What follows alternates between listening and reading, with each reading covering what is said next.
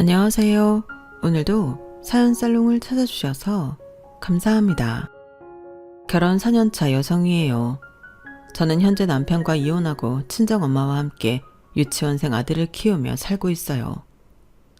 일찌감치 독신으로 살겠다고 마음먹은 탓에 친구들보다 결혼이 늦었는데 결과적으론 친구들보다 일찍 혼자가 됐네요. 4년간의 결혼 생활로 잃은 건 정말 많았지만 그래도 우리 아들을 얻을 수 있었기에 헛된 시간은 아니었다고 생각해요. 다만 내 인생의 4년을, 아니 연애기간까지 포함하면 6년을 갉아먹은 남편이라는 작자는 절대로 용서를 못할 것 같네요. 그래서 공개적으로 개망신 한번 당해보라고 이렇게 사연을 보냅니다. 제가 독신을 결심했던 건 제 부모님 때문이었어요. 어릴 때부터 저희 집은 다른 집과는 환경이 많이 달랐어요. 아빠가 엄마랑 저와 함께 살지 않으셨거든요. 아빠는 한 달에 한두 번 집에 오셔서 저랑 놀아주시다가 제가 잠들었다가 아침에 일어나 보면 어김없이 사라지고 안 계셨어요. 엄마 말로는 아빠 직장이 멀리 있어서 아침 일찍 서둘러서 돌아가셨다고 하시더라고요. 아무리 그래도 그렇지 인사도 안 하고 가버린 아빠 때문에 심통이 났던 게 한두 번이 아니에요. 그럴 때마다 엄마는 제가 알아듣도록 상황을 설명해 주셨어요. 아빠 회사가 서울에서 먼 곳에 있어서 회사 주변 사택에서 지내시기 때문에 집에는 가끔 들릴 수밖에 없다고 말이죠. 물론 그 점은 많이 아쉬웠지만 그래도 제가 아빠한테 전화를 하면 늘 반갑게 받아주셨고 제 유치원 입학식이나 졸업식 그리고 학예회 때도 꼭 참석해 주셨기 때문에 아빠랑 떨어져 살아도 외롭거나 하지는 않았어요. 아빠는 집에 오실 때마다 선물을 한아름 가지고 오셨는데 하나같이 값비싼 것들로 또래 친구들한테 부러움을 살 만한 것들이었어요. 그래서 그때는 아빠가 함께 살지 않는 것 외에는 그리 심각하게 생각해 본 적이 없었어요. 그러다가 3학년 때부터는 집에 오는 대신 제 생일이나 어린이날에도 전화 연락만 하셔서 서운한 마음이 커지기 시작했어요. 그러다 5학년이 되고부터는 그런 연락조차 끊어지게 됐어요.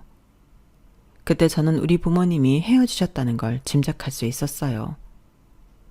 이처럼 이혼이 흔하게 들리던 시절은 아니긴 했지만 그래도 5학년 정도면 이혼이 뭔지는 알만한 나이였거든요. 그래서 하루는 친한 친구한테 진지하게 물어보았어요. 우리 집 상황과 그동안 아빠가 직장 때문에 엄마와 나랑 떨어져 지낸 것, 그리고 몇 년 전부터는 집에도 오지 않고 가끔 전화통화만 했다는 것까지 모두 다 털어놓은 거죠. 제 얘기를 들은 친구는 제가 예상하는 것과 같은 결론을 내리더군요. 저희 부모님이 이혼한 것 같다고요. 그런데 얼마 뒤 저에 대한 소문이 우리 학년 전체에 퍼지는 사건이 벌어졌어요. 저희 부모님이 정상적인 부부가 아니라는 소문이었죠. 저희 부모님 사이가 다른 부모님처럼 가깝지 않다는 건 저도 솔직히 머리가 커가면서 눈치를 채고 있었기에 그 소문이 허황되게 들리지만은 않았어요. 오히려 감추고 싶었던 치부가 드러났다는 생각을 했으니까요. 그런데 소문의 내용이 제가 생각했던 것과는 달랐다는 게 문제였죠. 부모님이 이혼이 문제가 아니라 애초에 저희 부모님이 서류상으로는 부부가 아니라는 거였어요. 그러니까 저희 엄마가 정부인이 아닌 첩이라는 얘기였죠. 호적상 제 엄마는 다른 사람이라는 얘기예요. 아빠의 본부인 말이에요. 생각지도 못했던 사실이 마치 사실인 양 소문이 퍼지자 어떻게 반응해야 할지 모르겠더라고요. 처음엔 정말 소문대로 내가 첩의 딸인 건가 의구심이 생겼는데 제 상황을 소문에 대입해보니 이혼보다는 불륜에 가깝다는 결론을 내리게 됐거든요. 지금 생각해보면 그때 엄마한테 솔직히 물어봤어야 했는데 겁이 나서 그러지 못했던 게 상황을 더 악화시킨 요인이 아닌가 생각해요. 당시 제게 가장 충격으로 다가온 건 친구들의 반응이었어요. 정확히는 친구 엄마들의 반응이라고 하는 게 맞겠지만요. 제 출신에 대한 소문이 퍼지고 얼마 지나지 않아 저를 포함해 넷이서 같이 다니던 친구 중 하나가 생일을 맞았어요. 당연히 그 친구 생일 파티에 갈 생각을 하고 있었는데 생일 전날 저를 뺀 셋이서 교실 뒤에 모여 뭔가 중요한 얘기를 하는 것 같더라고요. 제가 다가갔더니 말을 뚝 끊는 게 모르긴 해도 저와 관련된 얘기를 한 것 같았어요. 평소 같으면 무슨 얘기냐고 왜 나만 빼고 하냐고 투정을 부렸겠지만 저에 대한 소문이 퍼진 상황이라 그랬는지 괜히 주눅이 들어서 그러지 못하겠더라고요. 그래서 애들 눈치만 살폈는데 방과 후 집에 갈 때 친구 하나가 제게 와서 그러는 거예요. 민정아, 너 혜진이 생일 파티 초대장 받았어? 아니, 하나 너는 받았어? 응, 받았어. 사실은 있잖아. 혜진이는 널 초대하고 싶어 했는데 혜진이네 엄마가 초대하지 말라고 그랬대. 너 초대하면 생일 파티 안 열어준다고. 그래서 너만 초대 못한 거야. 내가 이 얘기 해줬다고 말하면 안 된다. 그 말을 들으니 애들이 왜 내 눈치를 보면 교실 뒤에서 몰래 얘기를 나눴는지 알 것 같았어요. 그때는 나를 초대하지 못하게 하는 친구 엄마도 미웠지만 그런다고 나만 빼고 다른 친구들만 초대한 혜진이가 더 미웠어요. 2학년 때부터 단짝처럼 지냈던 사이라서 배신감도 더 컸던 것 같아요. 하지만 그날 밤 침대에 누워 곰곰이 생각해보니까 내가 혜진이었어도 어쩔 수 없었을 거라는 생각이 들었어요. 내가 혜진이었다고 해도 엄마가 초대하지 말라고 하면 어쩔 수 없었을 테니까요. 그래서 다음날 학교에서 혜진이한테 생일 선물만 전해주었어요. 그리고는 엄마랑 어디를 가야 해서 생일 파티엔 못 갈 것 같다고 거짓말로 선수를 쳤어. 그때 혜진이의 표정은 아직도 잊을 수가 없어요. 딱 봐도 다행이다 라고 생각하는 게 보였거든요. 즐거워야 할 생일에 저 때문에 얼마나 마음고생을 했을지 생각하니 지금 다시 생각해도 미안하네요. 아무튼 그날 제 거짓말 덕분에 혜진이는 저만 빼고 친구들을 초대했다는 거에 대한 죄책감을 조금은 덜 수 있었을 거예요. 하지만 모든 사실을 알고 있는 저로서는 마음에 상처가 되는 일이었죠. 그 일 이후 저는 친했던 친구들과 점점 거리감을 느끼게 되었고 그러다가 6학년 때 반이 갈라지면서는 저만 그 무리에서 떨어져 나오게 되었어요. 이후로 저는 친구들과 무리지어 다니는 일은 없었어요. 친구들과 관계가 멀어지는 만큼 엄마와도 점점 사이가 소원해졌어요. 저희 엄마랑 아빠가 얼마나 대단한 사랑을 했는지는 모르겠지만 누군가의 가슴에 못질을 하는 사람이라면 절대로 용서받을 수 없다고 생각했거든요. 당시 저는 적어도 불륜에 한해서는 자식인 나조차도 부모님의 잘못을 이해해 주어서는 안 된다는 강박관념에 사로잡혀 있었던 것 같아요. 그래서 엄마와 거리를 두고 삐딱하게 굴기 시작했죠. 하지만 이런 사정을 모르는 엄마로서는 그저 제게 이른 사춘기가 온 게 아닌가 생각할 뿐이었어요. 시간은 흘러 제가 고등학생이 되었을 때였어요. 아빠는 수년째 더 이상 제게 전화도 연락도 하지 않는 상황이었는데 집으로 아빠 비서분이 찾아오셨더라고요. 두 분이 나누는 얘기는 정확히 듣지는 못했지만 뜨문뜨문 들은 단어를 조합해보면 아빠 건강이 많이 안 좋아지셨다는 얘기 같더라고요. 그래서 그런가 보다 하고 있었는데 1학년 1학기가 끝나가던 무렵 아빠가 세상을 떠나셨다는 부고가 날아든 거예요. 엄마는 아빠의 비서분한테 연락을 받자마자 저를 데리고 장례식장으로 가셨어요. 장례식장으로 향하는 택시 안에서 정말이지 오만 가지 생각이 다 들더라고요. 혹시 사람들 앞에서 아빠 부인이 엄마한테 행패를 부리진 않을까? 엄마랑 내가 등장하면 사람들이 수군대며 손가락질을 하지 않을까? 그때 나는 어떻게 행동해야 하는 걸까 등등 아빠와 이별을 하는 이 순간이 슬프기도 했지만 그보다는 엄마와 제 걱정이 더 컸어요. 그런데 막상 장례식장에 도착해보니 아무도 저와 엄마에 대해 모르는 것 같더라고요. 아니, 신경도 안 썼다고 하는 게 맞을 거예요. 아빠의 비서분을 제외하고 상복을 입고 자식들과 함께 빈소를 지켜던 아빠의 부인만 저희 모녀를 알아보는 눈치였어요. 그런데 예상과 달리 아빠 부인이 저희 엄마한테 와줘서 고맙다고 정중하게 인사를 하시지 뭐예요. 아빠의 아들, 딸들도 깍듯하게 저희 모녀를 맞아주었고요. 세상에, 본초와 첩이 이렇게도 사이가 좋을 수 있을까? 잘못 푼 수학 문제처럼 도출된 답에 대한 확신이 뚝 떨어지는 순간이었죠. 그날 문상을 끝내고 집으로 돌아오는데 아무래도 이 모든 상황이 이해가 안 가서 엄마한테 물었어요. 엄마는 아빠가 돌아가셨는데 슬프지도 않아? 남의 남편까지 뺏어서 했던 사랑인데 아무리 헤어졌다고 해도 이건 좀 너무하잖아. 어떻게 눈물 한 방울을 안 흘려? 고작 그 정도의 사랑하자고 다른 사람들 눈에서 피눈물을 뽑은 거냐고. 설마 모든 게 나를 위한 일이었다고 말하려는 거 아니지? 난 오늘 엄마를 보고 정말 실망했어.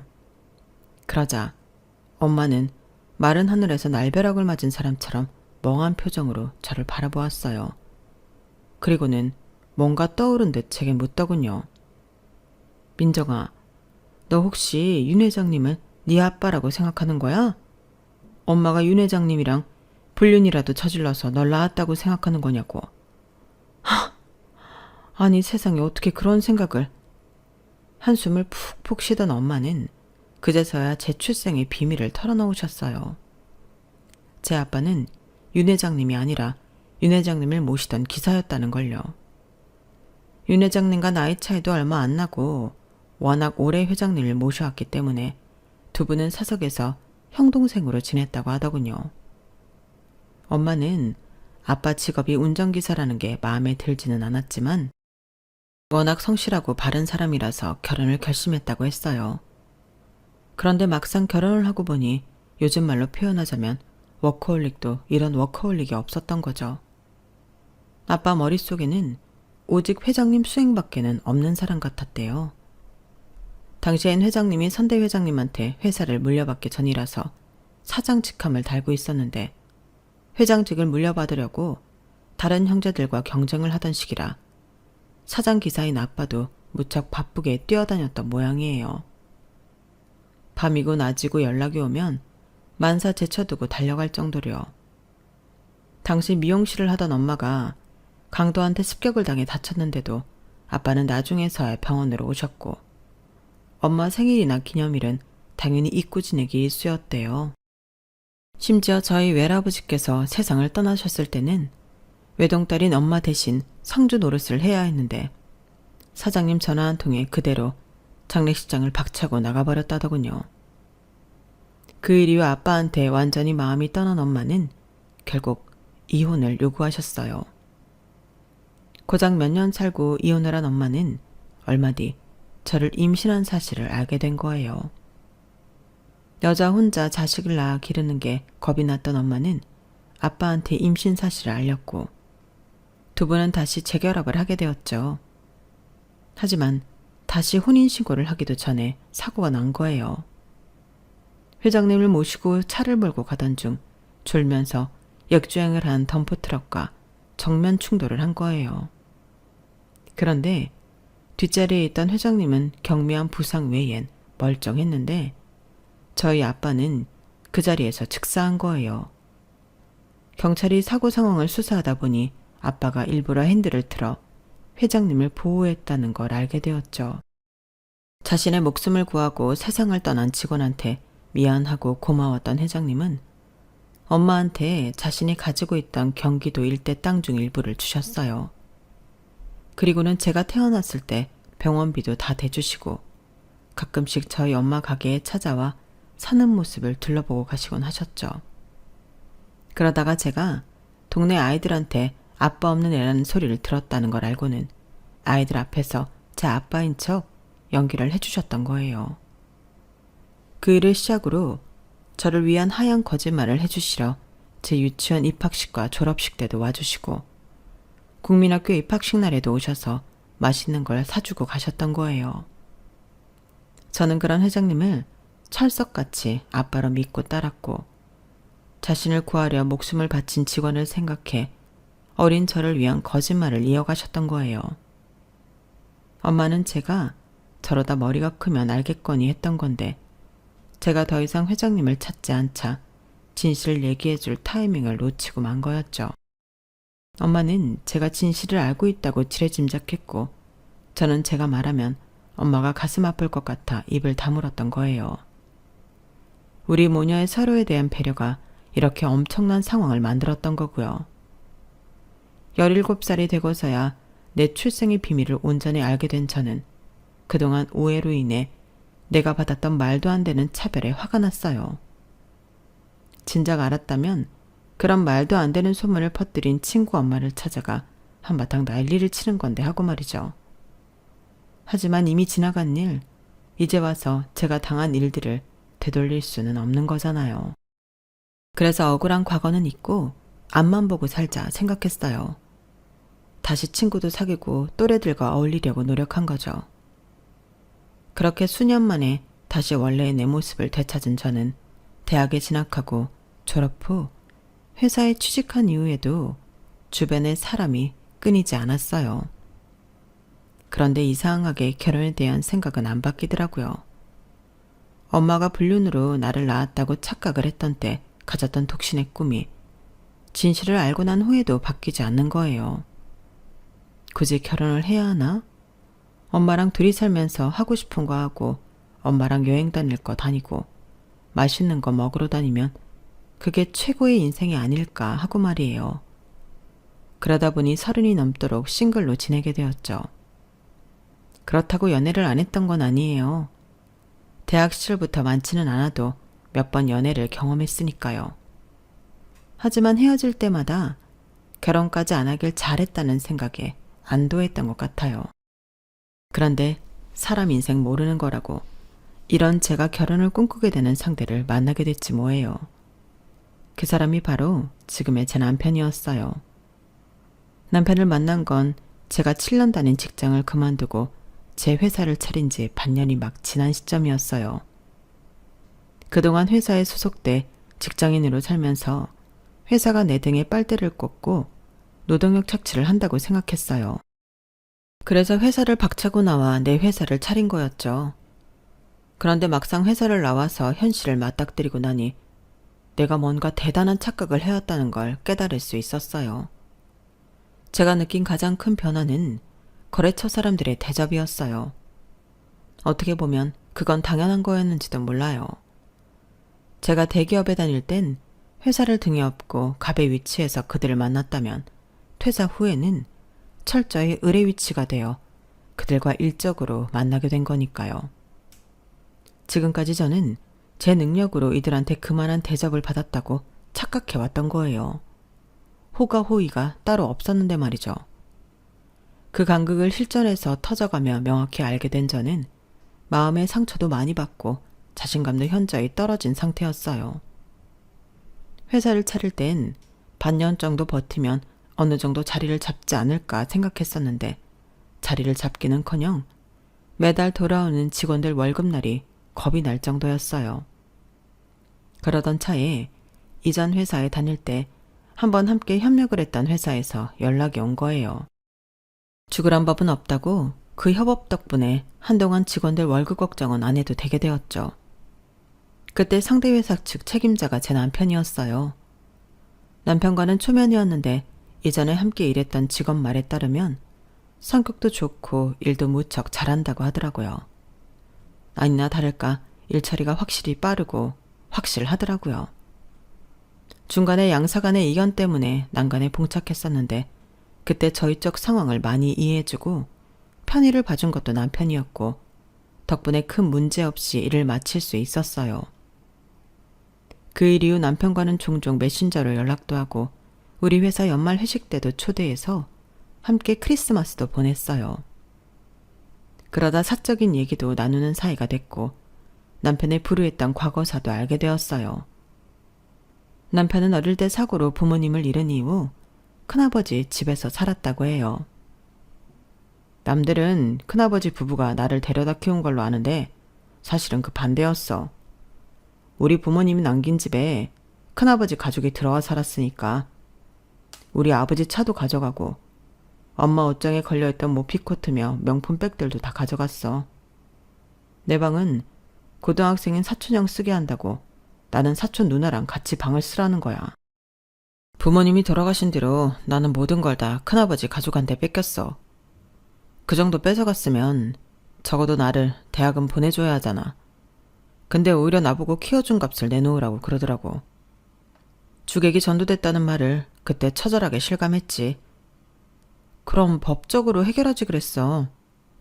이미 집이고 뭐고 돈 될 만한 건 다 담보 잡혀서 오히려 빚밖에 안 남았더라고. 내가 그렇게 어리지만 않았어도 부모님이 남겨주신 재산을 그렇게 허망하게 날리지는 않았을 텐데. 생각해보면 처음부터 내 돈이 아니었기 때문에 그런 게 아닐까 생각해. 사라진 돈에 대한 미련은 없어. 남편은 큰아버지 가족들한테 모든 걸 뺏기고도 은혜도 모르는 막대 먹인 놈이 되었다고 했어요. 대학에 들어간 이후 집을 나와 혼자 힘으로 살았다고 하니 대단한 사람이라는 생각이 들더군요. 자신을 키워준 큰아버지 가족과도 연락을 끊은 채 혼자 살고 있다는 얘기를 듣고는 명절에 모른 척 할 수가 없더라고요. 그래서 명절에 저희 집으로 불렀는데 사람이 넉살이 좋은 건지 어쩐 건지 저희 엄마를 대하는 모습이 마치 아침에 출근하고 집을 나섰던 아들처럼 살갑게 굴지 뭐예요. 저희 엄마도 남편의 그런 넉살이 마음에 드셨는지 아들처럼 이것저것 먹이시느라 정신이 없으셨어요. 두 사람은 그날 처음 만났음에도 불구하고 마치 십수년을 알고 지낸 사람들처럼 죽이 잘 맞았어요. 어릴 때부터 엄마랑 둘이 외롭게 살아와서 그런지 그 모습이 참 보기 좋더라고요. 사실 엄마랑 저는 둘이 있을 때 그리 대화가 많은 편은 아니거든요. 그런데 그 사이에 남편이 끼니까 집안에 웃음이 끊이지 않고 따뜻한 온기가 가득한 기분이었어요. 그런 상황에 남편의 한마디가 제 걱정을 한 방에 날려버린 거예요. 난 결혼하면 처가에 들어가서 장모님 모시고 살고 싶어. 자라면서 많이 외로웠거든. 집안의 사람들로 북적였어도 늘 나만 외톨이였으니까. 외로움이라면 진저리가 나거든. 사위도 자식이라는데 장모님 모시고 사랑받으면서 아들처럼 살고 싶어. 제가 일찌감치 결혼을 않겠다고 못을 박아두었던 가장 큰 이유가 실은 엄마였어요. 엄마를 혼자 두고 결혼을 엄두가 나지 않았거든요. 그렇다고 남의 아들한테 내 엄마를 함께 모시고 살자고 할 만큼 제가 뻔뻔하지도 못해서 나 혼자 책임지고 살자 했던 거죠. 그런데 먼저 나서서 장모를 모시고 살겠다니 저로서는 마음이 동할 수밖에요. 물론 결혼 얘기가 나오고 우리 엄마를 모시고 살겠다고 하자 엄마가 극구 반대하셔서 친정살이는 없던 일로 되었지만요. 남편은 못내 그게 아쉬웠는지 제 친정 가까운 곳에 신혼집을 얻자고 해서 엄마 집에서 도보 7분 거리에 있는 집을 구했어요. 연애할 때도 그랬지만 결혼을 한 뒤에도 남편은 저희 엄마한텐 정말 잘했어요. 호칭부터 장모님이 아닌 엄마였으니 말 다 했죠. 우리 집도 그렇고 남편 쪽도 그렇고 결혼식에 부를 사람이 없어서 따로 식은 올리지 않았어요. 그랬더니 엄마가 많이 아쉬워하시더라고요. 일생에 한 번뿐인 결혼인데 웨딩드레스 한 번 못 입고 끝내는 게 안 됐다고 그러시더군요. 그래서 웨딩 촬영에 돈을 좀 들여서 스튜디오 촬영이랑 야외 촬영 두 가지로 진행했어요. 엄마가 원하시는 웨딩드레스는 여러 종류 입어가며 찍었죠. 사진을 찍으면서도 이렇게 힘들고 귀찮은 걸 왜 해야 하는지 이해가 안 갔지만 사진을 보고 흡족해 하시는 엄마를 보니 그래도 찍기를 잘했다는 생각이 들었어요. 남편은 웨딩 촬영 업체에 부탁해 가장 잘 나온 사진 중 하나는 크게 현상해 액자까지 해서 받아왔는데 그걸 우리 집이 아닌 엄마 집 거실에 떡하니 걸더라고요. 30년 넘게 끼고 살던 딸이 하루아침에 집 떠나 살게 됐는데 장모님이 얼마나 외로우시겠냐면서요. 그 말을 들으니 딸인 저도 못한 생각을 해준 남편 앞에서 고개를 못 들겠더라고요.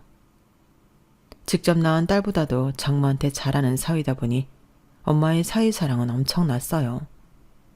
남편 또한 장모 사랑이 대단했고요. 특히 남편은 머리할 때가 되면 헤어샵에 안 가고 저희 엄마한테 가곤 했어요. 자기 머리 좀 잘라달라고요. 처음엔 왜 엄마를 귀찮게 하나 내심 불만이었는데 남편이 그러더라고요. 일선에서 물러나면 가장 먼저 무슨 생각이 드는지 알아? 내가 쓸모 없어졌구나, 이거라고. 적어도 나라도 장모님 아니면 안 된다고 매번 찾아가면 장모님이 사위 머리를 잘라주실 때만큼은 아, 내가 필요한 사람이구나 라는 생각이 드실 거 아니야. 우리 장모님 마음 다치지 않게 하기 위해서라도 내 머리는 장모님한테 맡길 거야. 그리고 아직 장모님 솜씨가 녹슬지 않았다고. 남편의 말에 또 한 번 감동하게 되더군요. 남편 말대로 엄마는 이제 연세가 드셔서 미용실도 그만두신 지 꽤 됐는데도 남편은 꼭 저희 엄마한테 머리를 맡기곤 했어요. 엄마, 나는 엄마가 머리 잘라줄 때가 얼마나 행복한지 몰라. 사각사각 가해질 소리만 들어도 너무 좋아서 미친놈처럼 실실 웃잖아. 어쩌면 우리 엄마는 못하는 게 없을까? 머리도 잘 자르고 음식 솜씨도 좋고. 다음 생에는 진짜 엄마 아들로 태어나고 싶다. 그게 내 소원이야. 아유, 우리 사위는 어디 가도 굶지는 않겠어. 이렇게 말할 때마다 사람 마음을 뺏어가는데 어떻게 안 예뻐하냐고. 입속의 혀처럼 달달한 말들만 쏟아내는 사위 앞에서 엄마는 얼굴에 미소가 떠나지 않았어요. 내가 못하는 효도를 남편이 대신해주는 것 같아서 때로는 미안하기도 하고 고맙기도 했어요. 내 인생에서 이렇게 행복한 시간이 있었나 싶을 정도로 남편 덕분에 행복을 만끽하는 시간이 이어졌어요. 그런데 그때 불청객이 찾아온 거예요. 회사로 찾아온 남자는 자신이 남편의 사촌 형이라고 했어요. 뒤늦게 우리 부부의 결혼 소식을 접하고는 서둘러 왔다면서 다짜고짜 남편을 믿지 말라고 하더군요. 그 자식 완전 사기꾼이에요.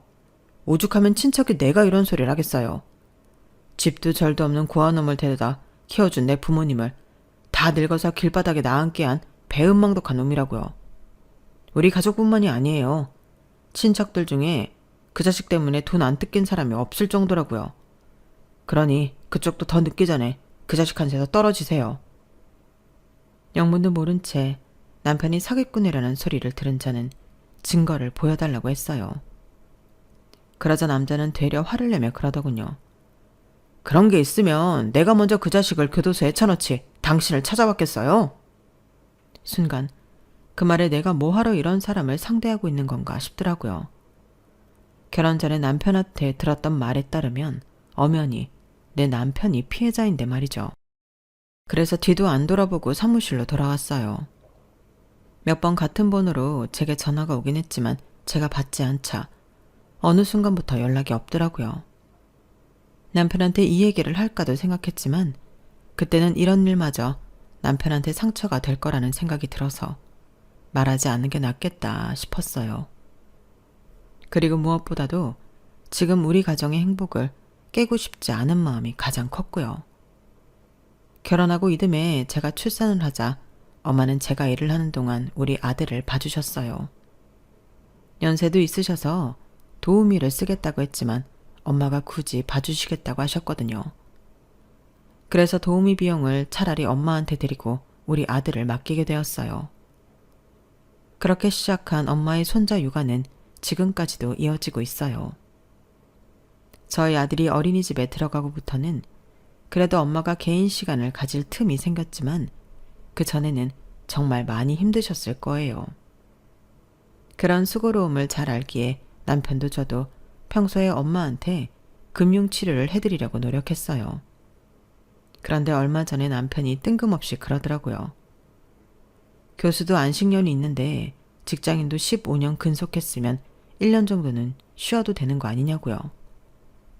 한마디로 재충전의 시간을 갖고 싶다고 회사를 그만두고 싶다는 얘기였어요. 당신 벌이도 있고 내 월급 없다고 당장 우리가 어떻게 되는 건 아니잖아. 딱 1년만 쉬고 다시 취직할 테니까 나한테 안식년 좀 주라. 어? 사실 제가 버는 돈에 비하면 남편 월급은 그리 많은 편은 아니었어요. 게다가 본인이 그렇게 원하는데 매정하게 안 된다고 할 수는 없어서 그럼 1년 동안 마음껏 쉬고 다시 일하라고 했어요.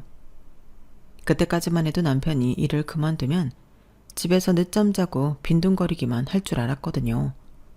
그런데 웬걸 직장 다닐 때만큼이나 규칙적이고 부지런하게 살더라고요. 엄마한테 맡겼던 우리 아들도 자기가 어린이집 등하원까지 시키고 말이죠. 그뿐인가요? 제가 일하러 나가 있는 동안 엄마 집에 가서 하루 종일 지내고 오더라고요. 비가 오면 엄마랑 김치 부침개를 부쳐 먹고, 김치 담근 날은 수육 삶아서 막걸리 한잔하고, 장모 치매 예방해 준다고 화투판 버리다가 돈 몇백 원에 장모와 사이가 투닥거리기도 하고, 누가 봐도 참 재미있게 지내더라고요. 딸인 제가 다 부러울 정도로요. 그러던 어느 날이었어요. 주말이라 남편은 아침 일찍 운동을 나가고 저는 늦잠을 자고 있었는데 엄마가 찾아오셨더라고요. 얘, 너 캐리어 있지? 나 그거 좀 빌려다오. 캐리어? 그건 왜? 엄마 어디 가? 장서방이 얘기 안 해? 난 또 너도 아는 줄 알았지. 얘, 장서방이 퇴직금 받았다고? 나 칠순잔치 대신 크루즈 여행 보내준단다. 칠순잔치 해봐야 뭐하니? 맨날 보는 사람들 만나서 밥 먹는데 수백씩 쓸 일 뭐 있냐고. 정말 그이가 크루즈 여행 보내준다고 했어? 그게 꽤 비쌀 텐데. 비싸지. 수영장이니 노래방이니 심지어 댄스홀까지 갖춘 초대형 배 타고 열흘 넘게 여행하는 건데. 장서방이 그러는데 배 안에 각국 언어를 하는 직원들이 있어서 나처럼 영어 못하는 노인들도 아무 문제 없다더라고. 안 그래도 저번부터 문화센터 사람들이 크루즈 여행 같이 가자고 그랬었는데 그게 한두 푼 아니. 우리 시우도 봐야 하고. 그래서 안 된다고 했는데 사위 덕분에 내가 말년에 호강한다. 저한테는 말도 없이 장모 크루즈 여행을 예약한 남편이 좀 의아하긴 했어요. 우리 엄마한테 잘하는 거야 늘상 있는 일이라서 그런가 보다 하겠는데 수백만 원이 드는 일을 말없이 혼자 결정했다니까 기분이 썩 좋지만은 않았거든요. 운동에 돌아온 남편한테 얘기를 했더니 자기가 정신이 없어서 깜빡했다며 대수롭지 않게 넘기더라고요. 따지자 들면 따질 수 있는 일이지만 이게 다 내 엄마를 위해 벌인 일이라서 더 뭐라고 따지기도 그랬어요. 그때 조금 더 남편을 추궁했어야 하는 건데 그러지 못한 게 후회되네요. 그렇게 여행 출발 날짜는 다가오고 엄마는 잔뜩 기대감에 부풀어 있었어요.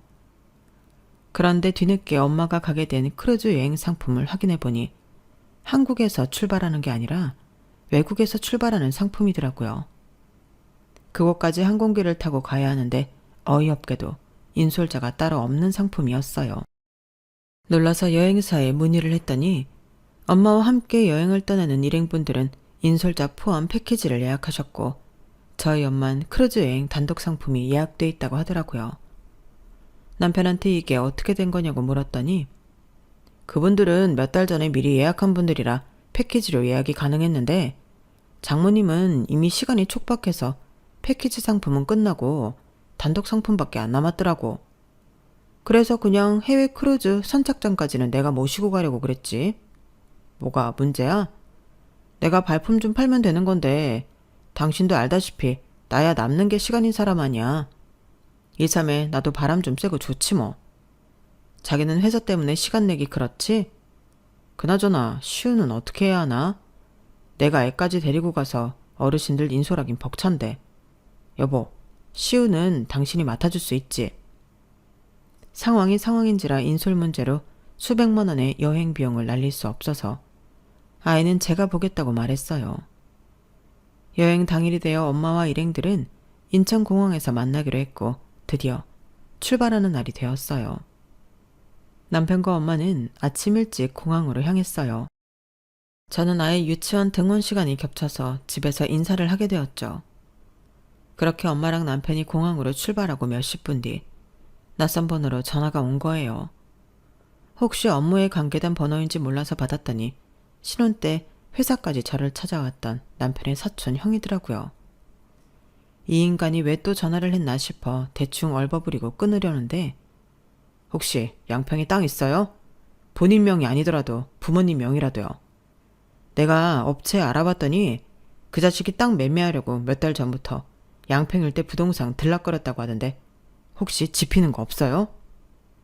그 말의 순간 오래전 회장님이 엄마한테 주셨다던 땅이 떠올랐어요. 그리고 이어진 사촌형의 말에 온몸에 소름이 끼치기 시작했어요. 제 남편이 큰아버지의 환심을 사서 집과 땅을 뺏은 과정이 현재 저희 집 상황과 너무 닮아 있었거든요. 그 자식 도박 중독이에요. 회사도 도박비 때문에 그만둔 거고요.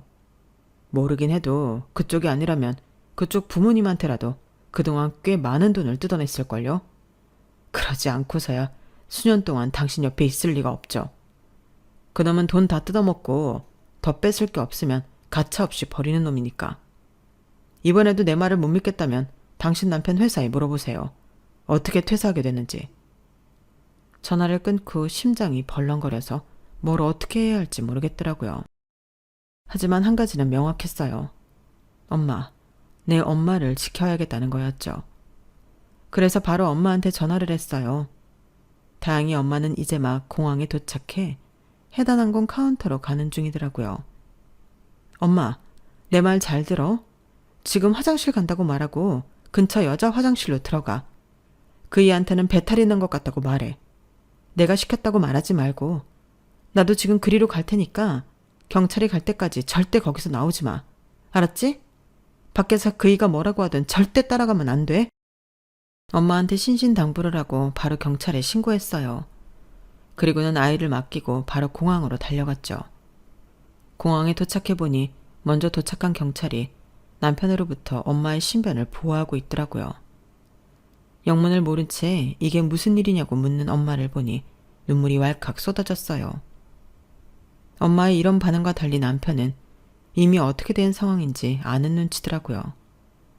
경찰 조사를 하던 중 알게 된 건데 그동안 남편이 저 몰래 엄마한테 우리의 양육비를 받아서 쓰고 있었더라고요. 말로는 엄마한테 주식 투자를 해주겠다고 받아갔다지만 남편은 그 돈을 모조리 도박에 써버렸더라고요. 퇴직금도 도박비 갚으랴 다 쓰고 더는 돈 나올 구멍이 없자 엄마 집을 뒤져 돈 될 만한 걸 찾던 남편은 땅 문서를 발견한 거예요. 수십 년 전과 달리 어마어마하게 오른 땅값에 남편은 이번 계획을 준비하게 된 거죠. 크루즈 여행 중에는 휴대폰도 터지지 않는 망망대해를 여행하게 된다는 사실에 이거다 싶었을 거예요. 엄마를 크루즈에 태워보내고 엄마 인감도장을 이용해 땅을 매매할 생각이었던 거죠. 한국에서는 휴대폰만 있으면 은행 거래며 증명서 발급, 어지간한 개인 증명은 다 된다는 걸 이용했던 거예요. 엄마한테는 어차피 터지지도 않는 폰이니 자신이 가지고 있겠다고 하면 그만이니까요. 정말 쓰레기 같은 놈이었어요. 재판에 회부된 남편은 처음부터 사기를 목적으로 저랑 결혼을 했다고 털어놓았어요. 그런데 저희 엄마가 자신을 너무 아껴주시는 바람에 자기도 이제 손을 씻고 제대로 살아볼 결심을 했었다고 하더군요. 하지만 도박 중독은 그런 결심마저 무너뜨리게 했고 씻을 수 없는 죄를 짓게 만든 거예요. 현재 남편은 저와는 이혼한 상태로 교도소에 수감 중이에요. 저희 엄마한테 했던 것 때문에 실형을 살게 된 건 아니고 이전에 버린 큰아버지 건으로 소송을 당한 게 실형 판결이 나와서 그렇게 된 거였죠. 정말이지 지금도 남편을 생각하면 욕밖에 안 나와요.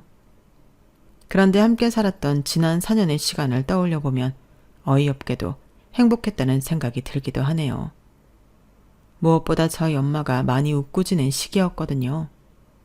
엄마가 그러시더라고요. 사기꾼 놈한테 돈 뜯겼다고 생각하지 말자.